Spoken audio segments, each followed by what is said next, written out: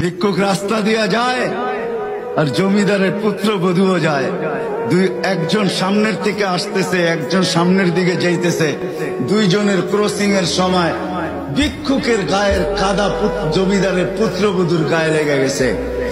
সে দুনিয়া আন্ধার করে ফেলছে, স্বামীকে ডাইকা নিয়ে আসছে, বলছে ভিক্ষুক আমার কাপড় নষ্ট করে দিছে। সে শুধু ভিক্ষুক ছিল না, বৃদ্ধ ছিল। বৃদ্ধ ছিল না শুধু, জীর্ণ ছিল, শীর্ণ ছিল। শরীরে কাপড় ছিল না, ফাটা চিরা কাপড় ছিল। পায়ে জুতা ছিল না, পেটে ভাত ছিল না।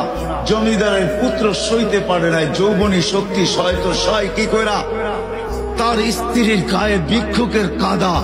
বস সমগ্র শক্তিকে হাতে জমা করা, একত্র করা বৃদ্ধের গালে বসায়। বৃদ্ধ কিচ্ছু বলে নাই, শুধু উপরের দিকে তাকায় দুই তিনটা শব্দ উচ্চারণ করছেন। শব্দগুলা হলো ইয়া মাল্লাহ তারা হলো ওয়ুন, ও আল্লাহ চোখে দেখা যায় না। ও তারা কুল্লা শাই, তুই সব দেখিস। ফারা তারা মা বি, তুই কি দেখিস না আমার সাথে কি ঘটতেছে? এটা কি দেখিস না?